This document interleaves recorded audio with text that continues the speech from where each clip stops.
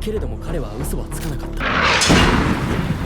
Aujourd'hui, 3 tanks de la force de maintien de la paix pénétrèrent dans une zone de conflit, prêts à réprimer par la force les rebelles de la brigade des exilés. Un groupe de jeunes conducteurs manœuvraient des méchas agricoles fournis par les extraterrestres, sautant agilement entre les toits. Les armes qu'ils tenaient étaient des dispositifs explosifs faits maison, simples mais redoutables. Ils s'approchèrent rapidement des 3 tanks, alors que l'arrogante force de maintien de la paix n'en avait aucune idée. À ce moment-là, quelques méchas apparurent délibérément devant les tanks. Dès que les tanks repérèrent l'ennemi, ils firent feu immédiatement, et des tirs intenses couvrirent la zone. Dans la fumée des explosions, le mécha servant d'appât s'éloigna indemne. Les tanks se retournèrent précipitamment pour poursuivre, mais les rebelles embusqués sur les toits tirèrent des lance-roquettes fait maison, détruisant 2 tanks. Le dernier tank en fuite fut également rattrapé et détruit par les rebelles. Puis, 2 hélicoptères de combat arrivèrent en renfort. Ceux-ci étaient des super véhicules de guerre magnétiques, conçus par la société ATE. Dès leur arrivée, ils lancèrent une salve de missiles, et les explosions se succédèrent alors qu'ils poursuivaient sans relâche. Les rebelles semblaient être poussés dans leur dernier retranchement. Mais, alors que les hélicoptères visaient les bâtiments avec des canons de 20 mm, ils ouvrirent le feu sur les méchas improvisés. Des milliers de douilles tombèrent en pluie. Cependant, sur le toit, les rebelles lancèrent un des méchas dans les airs, percutant l'hélicoptère et brisant son empennage. L'hélicoptère, hors de contrôle, s'écrasa au sol dans une explosion.